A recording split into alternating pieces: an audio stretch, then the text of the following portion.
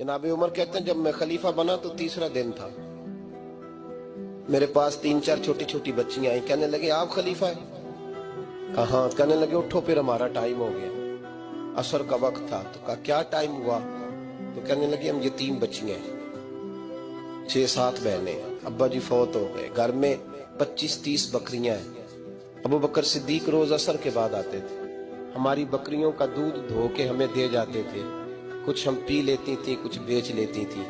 सुना है अब आप उनके रास्ते पे चलेंगे, अगर आप खलीफा तो चलिए ना, बकरियों का दूध धोना है। जनाब उमर कहते हैं छोटी छोटी बच्चियों के मैं पीछे चल रहा था और मैं रो रहा था। फरमाते रास्ते में एक सहाबी मिले तो कहने लगे उमर रो क्यों रहे हो?